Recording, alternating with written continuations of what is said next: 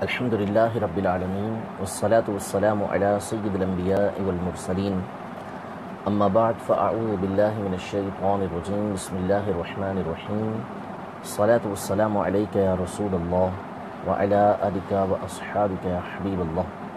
الصلاة والسلام عليك يا نبي الله وعلى آلك وأصحابك يا نور الله الحمد لله عز وجل دارالفتاء اہل سنت کا سلسلہ بذریعہ فیس بک ہم دارالفتاء اہل سنت کے آفیشیل پیج پر کر رہے ہیں، اس سلسلے کے اندر حاضر ہیں۔ آپ اپنے سوالات کمنٹس میں ہم سے کر سکتے ہیں، انشاءاللہ تبارک و تعالی آپ کے سوالات کا حتی الامکان جواب دینے کی کوشش کی جائے گی، اور پہلے سے بھی ہمارے پاس کئی سوالات موجود ہیں، انشاءاللہ تبارک و تعالی وہ جو سوالات پہلے سے کیے گئے ہیں ان کے جوابات بھی دینے کی کوشش کریں گے، اور ابھی جو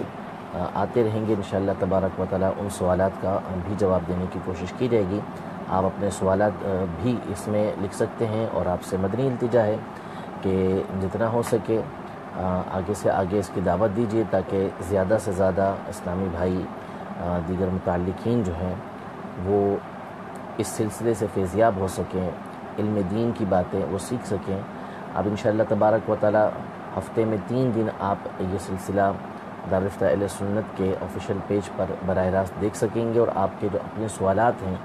وہ لائیو بھی اور اس سے پہلے بھی ہمارے پاس آپ بھیج دیں گے، تو انشاءاللہ تبارک و تعالی آپ کے سوالات کا جواب دینے کی بھرپور کوشش کی جائے گی۔ آتا ہوگا تو انشاءاللہ تبارک و تعالی ضرور بیان کیا جائے گا۔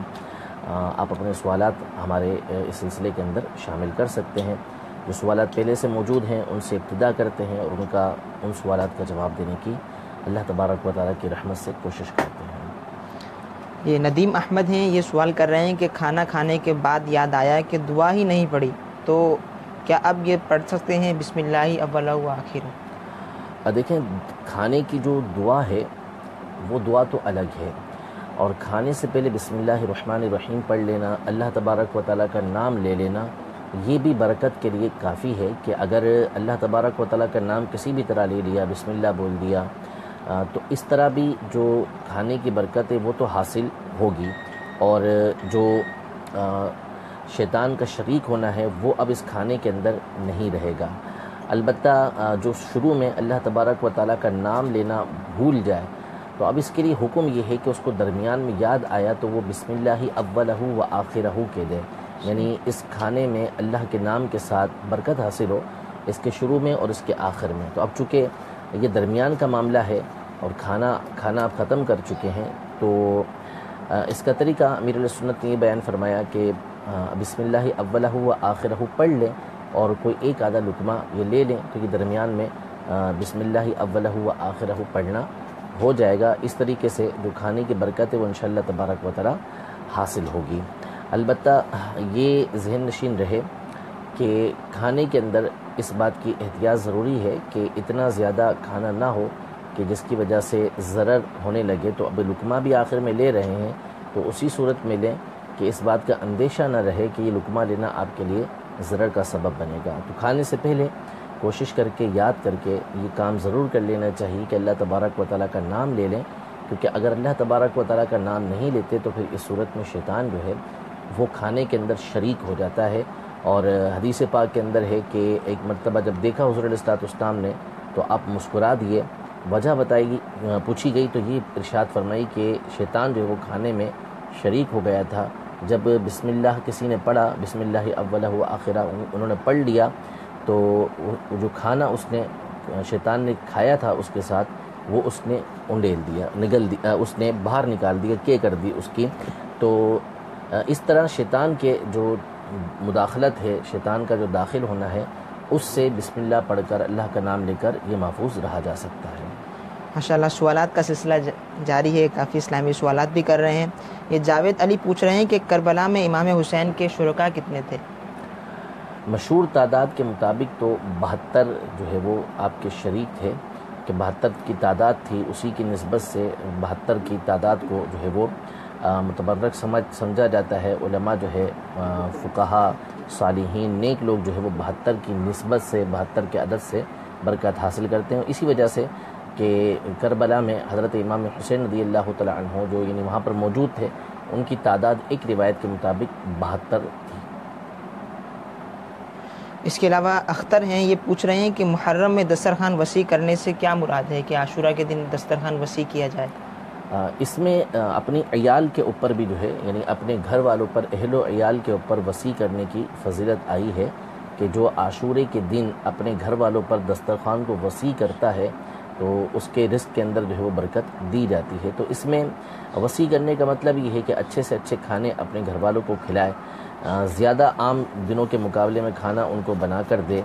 ان کے اوپر وسعت کے ساتھ خرچ کرے، کمی نہ کرے، تو انشاءاللہ تبارک و تعالیٰ اس کے رزق کے اندر یہ سارے سال کے اندر برکت دی جائے گی۔ تو عاشورے کے دن جو ہے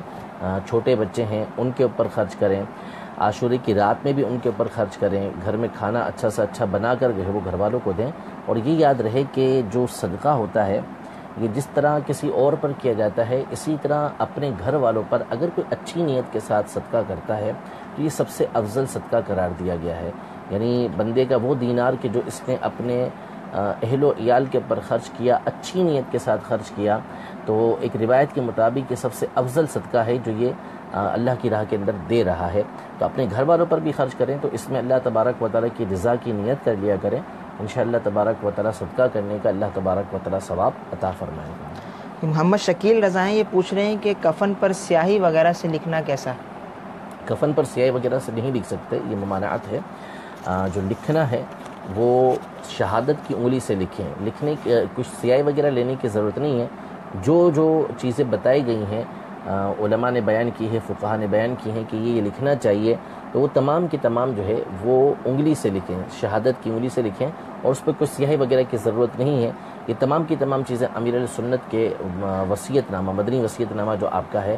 اس کے اندر اس کی تمام ڈیٹیل موجود ہے کہ کیا کیا میت کے اوپر لکھنا چاہیے، کیا اس کی پیشانی پہ لکھنا چاہیے، کیا اس کے کفن پہ لکھنا چاہیے، کیا اس کے سینے کی طرف لکھنا چاہیے، یہ ساری باتیں موجود ہیں جس کے فوائد جو ہیں وہ حاصل ہوتے ہیں۔ تو بہرحال لکھنا جو ہے وہ سیاہی سے نہیں لکھنا، یہ آپ کو شہادت کی انگلی سے لکھنا ہے۔ یہ خرم اعوان پوچھ رہے ہیں کہ کیا عورت نماز جنازہ پڑھ سکتی ہے، کیا ان کو اجازت ہے؟ دیکھیں، نماز جنازہ ہو یا کوئی اور نماز ہو، عورتوں کے لیے حکم یہ ہے کہ وہ گھر کے اندر ہی رہیں گی، گھر کے باہر نہ نکلیں۔ تو اب چونکہ نماز جنازہ ہمارے یہاں عام طور پہ باہر ہوتا ہے، تو اس لیے عورتوں کو اس بات کی تو اجازت نہیں کہ وہ مردوں کے ساتھ اس میں شامل ہوں۔ البتہ یہ ہے کہ اگر کسی عورت نے نماز جنازہ ادا کی، جیسے کہ صحابہ کرام علیہم رضوان، نبی کریم صلی اللہ علیہ وسلم کے زمانے میں یہ نماز جنازہ ہوا کرتی تھی، تو اس میں عورتیں ویسے ہی جماعت کے اندر آتی تھیں۔ پھر بعد میں حضرت عمر رضی اللہ تعالی عنہ کے زمانے میں منع کر دیا گیا تھا، جس کی حضرت بی بی عائشہ رضی اللہ تعالی عنہ نے تائید کی تھی۔ تو اب اس صورت میں یہ کہ ان کو نماز جنازہ کے اندر نہیں آنا چاہیے، عورتوں کو نماز جنازہ میں آنا یہ ممنوع ہے، یہ نہیں آئیں گی۔ جیسے کہ آپ نے بھی ارشاد فرمایا کہ دسترخوان وسیع کیا جائے، وسیع کرنے کے حوالے سے، تو یہ فراز اتاری پوچھ رہے ہیں کہ مفتی صاحب کہ کیا ہم گھر والوں کو کھانا وغیرہ ہی لا کر دیں یا کیش وغیرہ بھی دیں تو تب بھی اس فضیلت میں آ جائیں گے؟ اب اس میں بہرحال جو وسعت کا ہے وہ اپنے گھر والوں پر وسعت کرنے کا ہے، اور اس کا بظاہر جو معنی ہے وہ رزق کے اندر ہی کھانا، رزق کے اندر یعنی کھانے پینے کے اندر ہی وسعت کرنا ہے۔ تو اس لیے جو سمجھ آتا ہے وہ یہی سمجھ آتا ہے کہ آپ اس میں کھانے پینے ہی کی چیز لا کے دیں۔ اس میں آپ کیش بھی اگر دیں گے تو بہرحال ہے تو اچھا عمل، نیک عمل ہے، صدقے کے اندر ہی آئے گا، لیکن اچھا یہ ہے، بہتر یہ ہے کہ آپ یہ جو خرچ کریں یہ رزق کی صورت میں کریں کہ کھانا پینا ہی لا کے دیں یا کھانے پینے کی چیزیں لا کے دیں۔ ظاہر بنانا تو گھر والوں نہیں ہے، تو ان کو لا کر دے دیں، تو انشاءاللہ تبارک و تعالیٰ اس کی برکتیں حاصل ہوں گی۔ یہ فرقان احمد معلوم کرنا چاہ رہے ہیں کہ آدھی آستین میں کیا نماز ہو جائے گی؟ جی، آدھی آستین یعنی ہاف آستین کی جو شرٹ ہوتی ہے اس میں نماز ہو جاتی ہے، بالخصوص جو پہننے کا عام طور پہ عادی ہے اس کی نماز میں تو اصلاً کوئی مسئلہ نہیں ہے۔ البتہ جو عام روٹین کے اندر نہیں پہنتا، جس کی عادت نہیں ہے پہننے کی، تو پھر اس کو ویسے ہی یہ نہیں پہننا، اور پہنے گا تو اس صورت میں جو ہے وہ کراہت تنزیہ ہوگی، ناپسندیدہ ہوگا کہ اس کو ایسے کپڑوں میں نماز نہیں پڑھنی چاہیے۔ البتہ ہر مسلمان کے لیے بہتر یہی ہے کہ وہ جب نماز میں آئے تو بہتر سے بہتر کپڑے پہن کر آئے، کیونکہ ہاف آستین ہر مقام پہ اچھی نہیں لگتی۔ اب کسی معزز کے پاس جا رہے ہیں، کسی بڑے کے پاس جا رہے ہیں تو عام طور پہ جو ہے وہ اچھے کپڑے پہن کے جاتے ہیں، اچھے لباس کے اندر جاتے ہیں، تو اللہ تبارک و تعالیٰ کی بارگاہ میں بھی حاضر ہوں تو بہتر لباس کے اندر، اچھے لباس کے اندر آئے۔ قرآن پاک میں فرمایا یا بنی آدم خذوا زینتکم عند کل مسجد، کہ اے بنی آدم جب تم نماز کے لیے آؤ، مسجد میں آؤ تو اپنی زینت کو اختیار کرو، یعنی اچھے سے اچھا لباس پہن کر اللہ کی بارگاہ میں آؤ۔ امام اعظم ابو حنیفہ رضی اللہ تعالی عنہ جب نماز تہجد کے لیے کھڑے ہوتے، نماز پڑھنے کے لیے اللہ کی بارگاہ میں حاضر ہوتے تو انتہائی بیش قیمت لباس آپ پہنتے، یعنی قیمتی لباس آپ پہنا کرتے، بہترین امامہ پہنتے، اور پھر اس کے بعد اللہ تبارک و تعالیٰ کی بارگاہ میں عبادت کے لیے حاضر ہوا کرتے تھے۔ تو اس لیے نماز میں جب بندہ آئے تو اچھے سے اچھا لباس پہن کر آئے۔ البتہ حافظین میں جو مسئلہ شرعی ہے وہ میں نے بیان کر دیا کہ اس میں نماز پڑھی تو نماز ہو جائے گی، کہ یہ کپڑوں کو سمیٹنا، فولڈ کرنا نہیں ہے، کہ جس کی حدیث پاک کے اندر ممانعت آئی ہے۔ انشاءاللہ کافی اسلامی سوالات بھی کر رہے ہیں۔ ظفر خان ہیں، یہ دعا کے لیے کہہ رہے ہیں کہ میرا نام لے کے مفتی صاحب دعا بھی کر دیں، اللہ تعالیٰ آسانیاں فرمائے، اور اس کے علاوہ دیگر اسلامی بھی دعاؤں کے لیے کر رہے ہیں۔ اللہ تبارک و تعالیٰ ان کی، ظفر بھائی کی، اور جتنے بھی اسلامی بھائی ہیں جنہوں نے دعاؤں کے لیے کہا ہے، رب العزت جل وعلا ان تمام کی نیک حاجتوں پر، جائز تمناؤں پر اپنی رحمت کی نظر فرمائے۔ آمین آمین۔ یہ علاؤ الدین پوچھ رہے ہیں کہ جیسا کہ کہا جاتا ہے کہ قیامت 10 محرم کو ہوگی، عرب ممالک میں 10 محرم ہوتی ہے تو پاک و ہند میں 9 محرم ہوتی ہے، پوچھنا یہ ہے کہ جب قیامت ہوگی تو کیا سب جگہ 10 محرم ہی ہوگی؟ دیکھیں حدیث پاک کے اندر اس بات کو بیان کر دیا گیا، یعنی نبی کریم صلی اللہ تعالیٰ علیہ وآلہ وسلم کو اللہ تبارک و تعالیٰ نے قیامت کا علم عطا فرمایا تھا، البتہ چونکہ لا تأتیکم الا بغتہ، کہ قیامت جو ہمارے پاس آنی ہے وہ اچانک آنی ہے، تو اس لیے نبی کریم صلی اللہ تعالیٰ علیہ وآلہ وسلم نے بعینہ ہی اس کا سن بیان نہیں فرمایا کہ کس سن کے اندر وہ آئے گی، البتہ یہ ارشاد فرما دیا کہ جمعے کا دن ہوگا، عاشورے کا دن ہوگا، 10 محرم ہوگی، یہ باتیں اور بہت ساری قیامت کی نشانیاں نبی کریم صلی اللہ تعالیٰ علیہ وآلہ وسلم نے بیان فرمائی ہیں، تو اس لیے اتنا تو ہمیں معلوم ہے کہ وہ 10 محرم کو آئے گی، لیکن اب جب آئے گی تو اس وقت کے معاملات کیا ہوں گے، کس طریقے سے جو ہے وہ چاند کا فیصلہ وہاں پہ کیا جائے گا، کہاں کون سا دن ہوگا، یہ اللہ بہتر جانتا ہے۔ البتہ یہ ہے کہ چونکہ نبی کریم صلی اللہ تعالیٰ علیہ وآلہ وسلم کے پہلے مخاطب یہ اہل عرب تھے، پھر دوسرے میں تمام کے تمام مسلمان تھے، تو اس بات کا اس میں ظن غالب یہی ہے کہ اس وقت عرب دنیا کے اندر جو ہے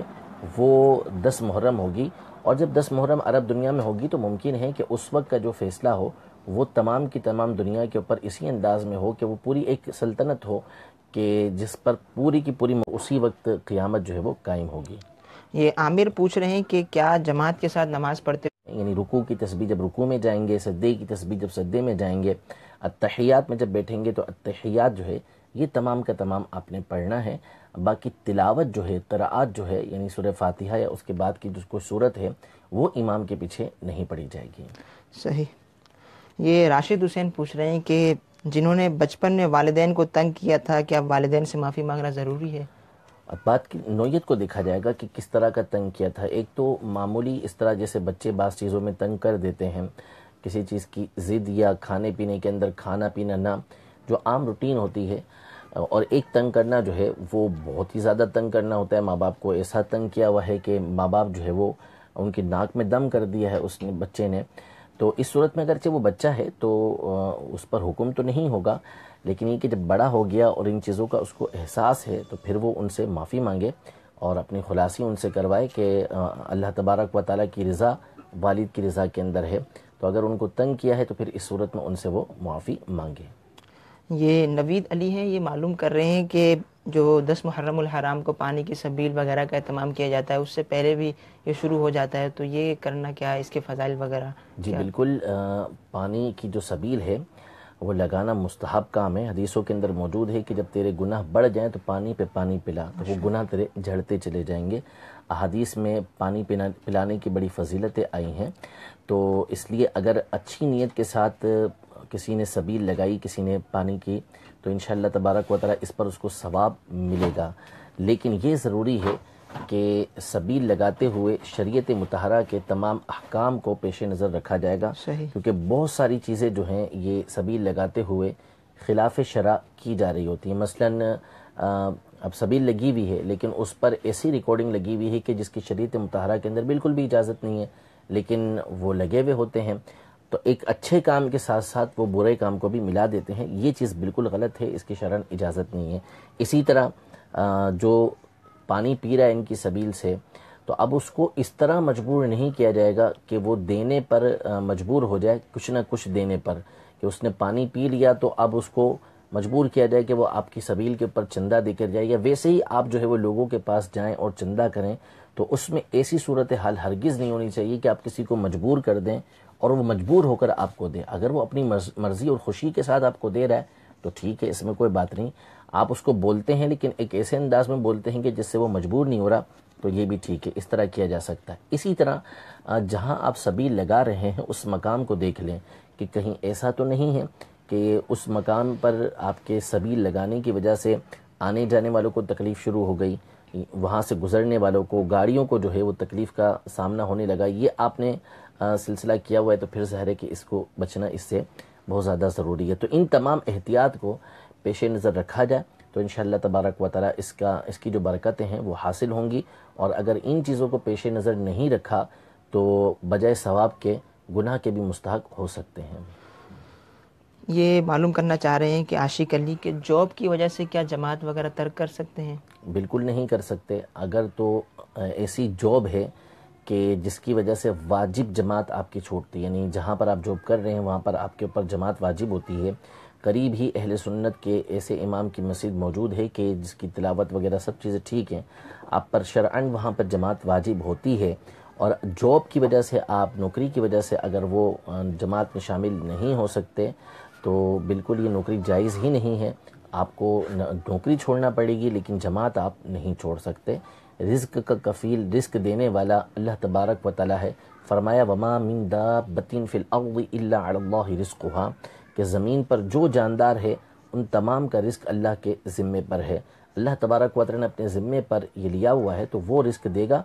ہم اللہ تبارک و تعالی کی نافرمانی نہیں کر سکتے. حضرت سفیان ثوری رضی اللہ تعالی عنہ نے کسی شخص کو دیکھا کہ وہ گانا بجا کر جو ہے کما رہا ہے، تو اس سے کہا کہ تم ایسا ناجائز کام کر رہے ہو، اللہ تبارک و تعالی کی نافرمانی کر رہے ہو. تو اس نے کہا کہ میرا رزق اسی کے اندر ہے، اگر میں یہ نہیں کروں گا تو مجھے رزق نہیں ملے گا. تو حضرت سفیان ثوری رضی اللہ تعالی عنہ نے فرمایا کہ اے لوگو دیکھو کہ یہ وہ شخص ہے جو یوں کہہ رہا ہے کہ میں جب اللہ تبارک و تعالی کی نافرمانی کروں گا تو اس صورت میں تو اللہ تبارک و تعالی مجھے رزق عطا فرمائے گا، لیکن اگر میں اللہ تبارک و تعالی کی فرما برداری کروں گا تو اللہ تبارک و تعالی مجھے رزق نہیں دے گا. تو اس لیے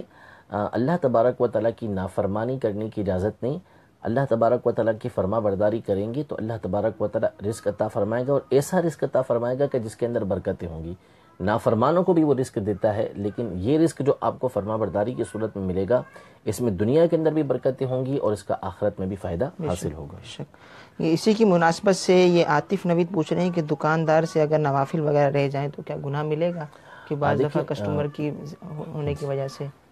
صحیح، یعنی دیکھیں جو چیزیں فرض و واجب و سنت موقدہ ہیں وہ تو ضروری ہیں، یعنی جو فرائض ہیں وہ پڑھنا ضروری ہے. اسی طرح سے جو واجبات ہیں جیسے وطر وغیرہ ہیں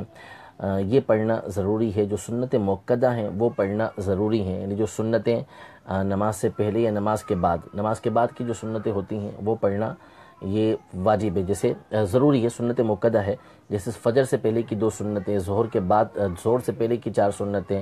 ظہر کے بعد کی 2 سنتیں، اسی طریقے سے مغرب کے بعد کی 2 سنتیں، عشاء کے بعد کی 2 سنتیں، یہ وہ ہیں کہ جن کا پڑھنا یہ سنت موقدہ کہلاتا ہے. یہ پڑھنا ضروری ہے، یہ نہیں چھوڑ سکتے. اس کے علاوہ جو نوافل ہیں اگر کبھی کبھی ان کو چھوڑیں گے تو کوئی مسئلہ نہیں ہے، اور ہمیشہ بھی اس کی عادت بنائیں گے تو گناہ تو نہیں ملے گا، لیکن اس کو چھوڑنا یہ محرومی ہے، چھوڑنا نہیں چاہیے. اللہ تبارک و تعالی اس کے اوپر ثواب عطا فرماتا ہے، قیامت کے دن اس کے فوائد ہم دیکھیں گے. تو اس لیے نوافل کو بلا عذر نہیں چھوڑنا چاہیے. یہ محمد افضل معلوم کر رہے ہیں کہ محرم میں شادی تو نہیں کر سکتے مگر کیا منگنی وغیرہ کر سکتے ہیں؟ یہ بنیادی غلط ہے کہ محرم کے اندر شادی نہیں کر سکتے. شادی تمام کے تمام مہینوں کے اندر کی جا سکتی ہے، سفر میں بھی کی جا سکتی ہے، محرم کے اندر بھی کی جا سکتی ہے. کسی بھی مہینے کے اندر کسی بھی دن میں شادی کرنا ممنوع نہیں. البتہ چونکہ محرم کے ابتدائی دن وہ ہوتے ہیں کہ جس میں مسلمان اس طرح کے معاملات کرنے سے عمومی طور پر گریز کرتے ہیں، کرتے نہیں ہیں. بالخصوص جو 9-10 محرم ہیں یا اس کے قریب کا دن ہے، تو اس میں عام طور پر اس طرح کے کام خوشی والے کیے نہیں جاتے. کرنا جائز ہے بالکل، غم منانے کی اجازت نہیں ہے، لیکن چونکہ اب اگر اس میں کوئی شادی کرے گا تو لوگ اس کو متہم کریں گے، یعنی اس کے اوپر تہمتیں لگائیں گے کہ پتہ نہیں کیسا شخص ہے کہ اس نے اس دن میں شادی کی ہے. تو یہ لوگوں کا اس طرح کہنا غلط ہے، ان کو کہنا نہیں چاہیے، لیکن لوگوں کو اس طرح کی باتوں پر ابھارنے کے لیے، لوگوں کو ایسے کام کرنے کے لیے کہ وہ کسی کے اوپر تہمت لگائیں، اس سے بھی بچنے کا ہماری شریعت مطہرہ نے حکم دیا ہے کہ اس سے بچا جائے. لہذا یہ جو دین ہے اس میں اگر کوئی شادی کرتا ہے تو اس کی شادی بالکل درست ہے، کوئی گناہ اس کے اوپر نہیں ہے، لیکن اگر گریز کرتا ہے تو ٹھیک ہے کہ اس میں شادی وہ نہ کرے. لیکن یہ یاد رہے کہ نظریہ عقیدہ جو مسئلہ ہے وہ یہی ہے کہ ان دنوں میں شادی کرنے کے اندر حرج کوئی نہیں ہے، کی جا سکتی ہے، منگنی بھی کی جا سکتی ہے. یہ ثاقب اتاری پوچھنا چاہ رہے ہیں کہ کسی کو خون دینا کیسا؟ لیکن خون دینے کی شریعت مطہرہ کے اندر ایک کنڈیشن کے ساتھ اجازت ہے کہ اس کے علاوہ کوئی چارہ نہیں. مثلا اگر نہیں دیں گے تو وہ بندہ ہی مر جائے گا، یا اس کا عضو وغیرہ کوئی ضائع ہو جائے گا، یا جو عضو کی منفعت ہے یعنی جس کے ذریعے سے وہ فائدہ حاصل کرتا ہے وہ ختم ہو کے رہ جائے گی، اور اس کے بغیر چارہ نہیں ہے، تو پھر اس صورت میں خون دینے کی اجازت ہے کہ اس صورت میں خون یہ دیا جا سکتا ہے. یہ پوچھ رہے ہیں کہ کیا بلی کو گھر میں رکھنا جائز ہے، اور کیا اس سے گلے میں گھنٹی وغیرہ پہنا سکتے ہیں؟ بلی کو گھر میں رکھنا جائز ہے، بلکہ بعض علماء نے اس کو، جیسے مولا علی قاری رحمۃ اللہ تعالی علیہ نے اس کو مستحب لکھا ہے کہ رکھی جا سکتی ہے بلی، لیکن ظاہر ہے کہ اس کے بھی جو لوازمات ہیں اس کو پورا کرنا یہ ضروری ہے. اب اس کی نجاست وغیرہ جو ہوگی وہ نجاست غلیظہ ہے، اگر اس نے پیشاب وغیرہ کر دیا تو اس کا اہتمام ضروری ہے کہ وہ کہیں ایسا نہ ہو کہ آپ کی نماز کی جو جگہ ہیں وہاں پر پیشاب وغیرہ کر دے تو پھر آپ کے لیے مشکلات ہو. تو ان چیزوں کا لحاظ ضروری ہے. اس کے علاوہ اس کے کھانے پینے کا لحاظ کرنا یہ ضروری ہے کہ جو کھانا پینا وغیرہ ہوگا اس کو بار بار دینا ہوگا تاکہ یہ جو کھانا پینا ہے اپنا پورا کر سکے، کیونکہ یہ منہ سے تو بول نہیں سکے گی کہ مجھے اس وقت بھوک لگی ہے، اس وقت پیاس لگی ہے. تو یہ آپ کو بار بار اس کو کھانا پینا دینا ہوگا، اس کو کھانا پینا دیا جانا یہ ضروری ہے. اس کے علاوہ ایک بڑی چیز اس میں عام طور پہ یہ ہوتی ہے کہ بہت ساری بلیاں جو ہیں وہ بہت اعلیٰ نسل کی ہوتی ہیں، بہت خوبصورت ہوتی ہیں، طرح طرح کی ان کی نسلیں آتی ہیں. تو بہت سے لوگ بطور تفاخر یعنی غرور و تکبر کے طور پر، فخر کے لیے، لوگوں کو دکھانے کے لیے کہ ہم اس طرح کے لوگ ہیں، یہ اس طرح بلیاں پالتے ہیں اور رکھتے ہیں. تو یہ یاد رکھیے گا کہ غرور و تفاخر کے طور پر، تکبر کے طور پر رکھنا یہ گناہ ہے، اس کی پھر شرعاً اجازت نہیں ہوگی.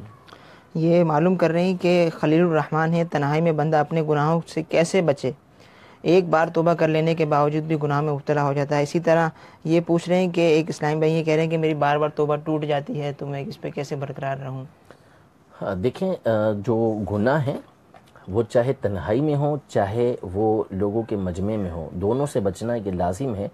گناہ کی بنیاد سمجھ لیں کہ گناہ جو ہے وہ بنیاد کے اعتبار سے، اپنی بیسک کے اعتبار سے رب تبارک و تعالیٰ کی نافرمانی ہے. یعنی گناہ کا مطلب ہے کہ آپ نے اپنے رب عز و جل کی نافرمانی کی ہے، اپنے رب عز و جل کو ناراض کرنے والے کام کیے ہیں. لہذا اس چیز کو سامنے رکھنا یہ انتہائی ضروری ہے کہ آپ ایسا کام نہیں کریں گے کہ جو آپ کے رب عز و جل کو ناراض کرنے والا، اس کی ناراضی والا کام ہو. اب رہا تنہائی کے اندر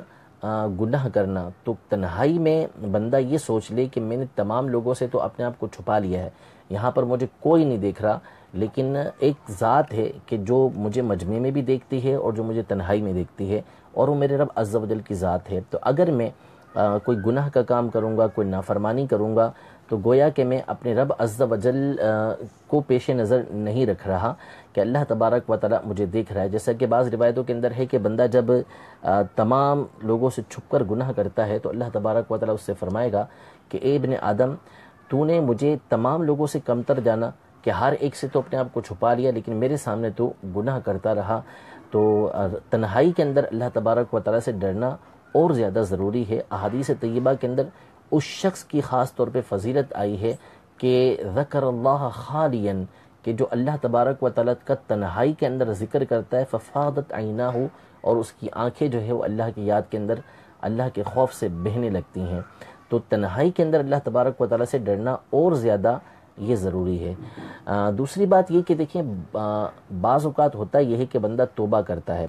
اول تو اس کی توبہ کی جو شرائط ہوتی ہیں وہ پوری کرتا نہیں۔ توبہ کا پہلی جو شرط ہے وہ تو ہے بندے کا اپنے گناہ کے اوپر نادم ہونا، کہ اس نے جو گناہ کیا ہے اس پر وہ نادم ہو کہ مجھ سے غلطی ہوئی ہے، اس کے دل کے اندر ندامت ہو، اللہ تبارک و تعالیٰ کی بارگاہ میں وہ اس چیز کا اقرار کرے، یہ دوسری چیز ہے۔ اور پھر اس کے بعد تیسری بنیادی چیز یہ ہے توبہ کے لیے کہ وہ اس بات کا پختہ ارادہ کرے کہ میں آئندہ یہ گناہ نہیں کروں گا، کہ توبہ اگر اس نیت سے کوئی کرتا ہے کہ میں نے آئندہ گناہ کرنا ہے، تو حدیث پاک کے مطابق ایسا شخص جو ہے وہ اللہ تبارک و تعالیٰ سے مزاح کرنے والا ہے، اللہ تبارک و تعالیٰ سے ٹھٹھا مسخری کرنے والا ہے۔ تو لہذا اول تو یہ ضروری ہے کہ آئندہ نہ کرنے کا پختہ ارادہ ہو۔ پھر اس کے بعد جو توبہ ٹوٹ جاتی ہے، یعنی بندہ دوبارہ گناہ کے اندر پڑ جاتا ہے، تو اس میں ویسے تو حدیثوں کے اندر یہ موجود ہے کہ بندہ دوبارہ توبہ کرے اللہ تبارک و تعالیٰ کی بارگاہ میں اور اللہ تبارک و تعالیٰ سے معافی مانگے، اللہ تبارک و تعالیٰ اسے معاف فرما دیتا ہے۔ اللہ تبارک و تعالیٰ فرشتوں سے فرماتا ہے کہ میرا یہ بندہ جانتا ہے کہ اس کا رب ہے کہ جو بخشتا بھی ہے اور پکڑ بھی فرماتا ہے، میں نے اس کے گناہوں کو معاف کر دیا، مجھے پرواہ نہیں ہے۔ یہ چیز کہ بندے سے گناہ ہو گیا تو وہ اللہ تبارک و تعالیٰ سے معافی مانگ رہا ہے، پھر گناہ ہو گیا پھر معافی مانگ رہا ہے، لیکن یہ ضروری ہے کہ ہمارے بہت سے جو اسلامی بھائی ہوتے ہیں وہ گناہ کے سبب کو دور نہیں کرتے۔ اب مثال کے طور پر ہمارے زمانے کی ایک بہت بڑی برائی انٹرنیٹ ہے کہ اس کے ذریعے سے بہت سارے کام جو ہے وہ گناہ کے کیے جا رہے ہوتے ہیں۔ اب آپ کہیں گے کہ ہم بھی انٹرنیٹ کے ذریعے آپ کے سامنے بیٹھے ہوئے ہیں، تو یہ استعمال کا فرق ہے۔ ہمارا جو بولنا ہے اچھی نیت ہو تو اللہ تبارک و تعالیٰ اس پر ثواب عطا فرمائے گا، لیکن آپ جو بھی انٹرنیٹ یوز کرتا ہے وہ جانتا ہے کہ اس کا کتنا بڑا یوز جو ہے وہ گناہ کے طور پر ہوتا ہے۔ اب ایک بڑی تعداد ہے کہ جو بذریعہ نیٹ گناہ کر رہی ہوتی ہے، اور پھر اس کے بعد وہ یہ کہتی ہے کہ میں گناہ سے بچ نہیں سکتا، میں توبہ کرتا ہوں پھر توبہ ٹوٹ جاتی ہے۔ تو یاد رکھیے کہ بالٹی کے اندر اگر خنزیر پڑا ہوا ہے اور آپ بالٹی کو دھوتے رہیں، پاک کرتے رہیں، تو وہ بالٹی پاک نہیں ہوگی۔ پہلے آپ کو خنزیر کو باہر نکالنا پڑے گا، پھر اس کو آپ دھوئیں گے تو جا کے وہ بالٹی آپ کی پاک ہوگی۔ اس کے بغیر آپ کا وہ برتن پاک نہیں ہوگا، اس کے اندر جو بھی نجس چیز ہے اس کو نکال کے باہر پھینکنا ہوگا۔ تو اس لیے جس طرح گناہ سے توبہ ضروری ہے، اسی طرح جو چیز آپ کے گناہوں کا سبب بن رہی ہے کہ آپ گناہ کر کیوں رہے ہیں، اس چیز کو بھی اپنے آپ سے دور کرنا ضروری ہے۔ اگر آپ نیٹ کے یوز کی وجہ سے گناہ سے نہیں بچ سکتے تو پھر آپ کو ضروری ہوگا کہ یا تو اس کو بالکل لیا چھوڑ دیں، یا پھر اگر اس کو استعمال کریں تو آپ اس کو پبلک میں استعمال کریں، اپنے گھر والوں کے درمیان بیٹھ کے استعمال کریں، تنہائی میں بالکل بھی استعمال نہ کریں۔ اور کوشش یہ ہونی چاہیے کہ اس کو آپ چھوڑ دیں، صرف اور صرف آپ کے جو آفیسز کے ضروری کام ہیں کہ جو اس کے بغیر ہو نہیں سکتے، میل چیک کرنی ہے یا کسی کو ضروری واٹس اپ کرنا ہے تو وہ آپ کریں، لیکن اس میں بھی کوشش کریں کہ یہ چیزیں آپ تنہائی کے اندر نہ کریں، کیونکہ جو تجربہ ہے، جو بار بار سوالات آتے ہیں، اس کی روشنی کے اندر یہی بات سامنے آتی ہے کہ اگر یہ افراد نیٹ کو تنہائی کے اندر یوز نہ کریں تو پھر ان کو گناہ سے بچنا یہ آسان ہوگا۔ ماشاءاللہ کافی اچھی رہنمائی فرمائی مفتی صاحب نے۔ مفتی صاحب کافی اسلام بھائی جو ہے تعریفی کلمات بھی ادا کر رہے ہیں، جیسے حسن رضا، حسان رضا، عبید رضا، نبیل رضا، احمد رضا، یہ کمنٹ بھی کر رہے ہیں کہ ماشاءاللہ بہت اچھا سلسلہ ہے، آئندہ بھی ہونا چاہیے، اور انشاءاللہ یہ ریگولر ہوتا بھی رہے گا، ہر ہفتے میں تین دفعہ ہوگا یہ۔ اس کے علاوہ یہ سوال منت مان لی کہ میں نے عمرہ کرنا ہے، تو اس صورت میں جو ہے وہ عمرہ کرنا اس کے اوپر واجب ہو جائے گا۔ تو بعض صورتوں کے اندر جو ہے وہ عمرہ واجب ہوتا ہے، ورنہ اپنی اصل کے اعتبار سے یہ واجب نہیں ہے، یعنی اگر کسی نے کوئی عمرہ نہیں کیا کبھی بھی تو وہ واجب کا ترک کرنے والا نہیں ہوگا۔ ماشاءاللہ۔ یہ بدر منیر یہ سوال کر رہے ہیں کہ پیارے آقا صلی اللہ تعالی علیہ وسلم کی اولاد کی تعداد ارشاد فرما دیں۔ اس میں علماء کے مختلف اقوال ہیں۔ مولا علی قاری رحمۃ اللہ تعالی علیہ کا پورا ایک رسالہ ہے ابناء النبی صلی اللہ علیہ وسلم کے نام سے، کہ جس میں مولا علی قاری رحمۃ اللہ تعالی علیہ نے بڑی تفصیل کے ساتھ نبی کریم صلی اللہ تعالی علیہ وآلہ وسلم کی اولاد کا تذکرہ کیا ہے۔ اس میں علماء کے مختلف اقوال ہیں، لیکن جو مشہور قول ہے اس کے مطابق حضور علیہ الصلوۃ والسلام کی 4 بیٹیاں ہیں اور 3 بیٹے، اور ایک مشہور روایت کے مطابق 4 بیٹے ہیں۔ سب سے بڑے آپ کے شہزادے تھے سیدنا قاسم رضی اللہ تعالی عنہ، جن کی نام پر نبی کریم صلی اللہ تعالی علیہ وسلم کی کنیت ہے۔ پھر حضرت زینب رضی اللہ تعالی عنہ، پھر اس کے بعد سیدتنا ام کلثوم رضی اللہ تعالی عنہ، سیدنا رقیہ رضی اللہ تعالی عنہ، سیدتنا فاطمہ زہرا رضی اللہ تعالی عنہ، اور شہزادوں میں حضرت ابراہیم اور ایک شہزادے عبداللہ تھے۔ بعض نے کہا کہ انہی کا نام طاہر تھا، اور بعضوں نے کہا کہ ان کا نام ان کے علاوہ دوسرے شہزادے تھے جن کا نام طاہر تھا۔ تو یہ دونوں طرح کی روایتیں اس حوالے سے علماء کی موجود ہیں۔ مشہور قول دو ہیں، ایک تو یہ کہ 8 یعنی 4 بیٹے 4 بیٹیاں، اور ایک روایت کے مطابق جو ہے وہ 4 بیٹیاں اور 3 بیٹے تھے۔ یہ محمد شہزاد معلوم کر رہے ہیں کہ برے خواب آتے ہوں تو کیا صدقہ دینا ضروری ہے؟ دینا ضروری تو نہیں ہے، برے خواب کے لیے حدیث پاک میں یہی فرمایا کہ اگر کوئی ایسا برا خواب دیکھتا ہے اور اٹھے تو وہ اللہ تبارک و تعوذ پڑھے، اعوذ باللہ من الشیطان الرجیم، اور اپنی الٹی جانب 3 مرتبہ تھو تھو تھو یوں کر دے، تھوکے نہیں، تھو تھو کر دے گا تو انشاءاللہ تبارک و تعالی یہ جو برا خواب اس کو آیا ہے، اس کے جو اثرات ہیں، اس کے مضرات جو ہیں وہ دور ہو جائیں گے۔ یہ ابرار شاہ معلوم کرنا چاہ رہے ہیں کہ کیا محرم میں مچھلی کھانا جائز ہے، درست ہے؟ ہاں بالکل، محرم کے اندر مچھلی کھانا بھی جائز ہے، دیگر جو حلال چیزیں ہیں، پاکیزہ چیزیں ہیں، وہ کھانا بھی جائز ہے، ان میں کوئی حرج نہیں ہے۔ یہ حماد ہیں، یہ معلوم کر رہے ہیں کہ کیا شیطان کا کوئی پوتا سرکار صلی اللہ تعالیٰ علیہ وآلہ وسلم کی بارگاہ میں حاضر ہو کر ایمان سے مشرف ہوا تھا؟ دعائے مغفرت اور مدینہ پاک میں شہادت کی دعا سے نواز دیں۔ اللہ تبارک و تعالیٰ آپ کی دعاؤں پر رحمت کی نظر فرمائے۔ ایک روایت کے مطابق یعنی بعض کتابوں کے اندر اس طرح موجود ہے کہ واقعی ایسا ہوا تھا کہ وہ حاضر خدمت ہوا اور اس نے اسلام کو قبول کیا تھا، بعض کتابوں کے اندر اس طرح منقول ہے۔ ماشاءاللہ۔ یہ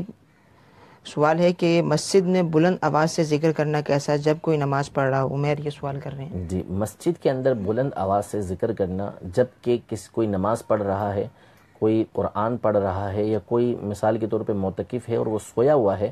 تو پھر اس صورت میں بلند آواز سے ذکر نہیں کرنا چاہیے۔ حضرت سیدنا عبداللہ بن مسعود رضی اللہ تعالی عنہ کی روایتیں موجود ہیں کہ آپ نے ایسے افراد کو مسجد سے باہر نکال دیا تھا، اور اس کی وجہ ہی علماء نے یہ بیان کی ہے کہ ایسی بلند آواز کے اندر ذکر کرنا کہ جس سے دوسرے لوگ تشویش کے اندر مبتلا ہو جائیں،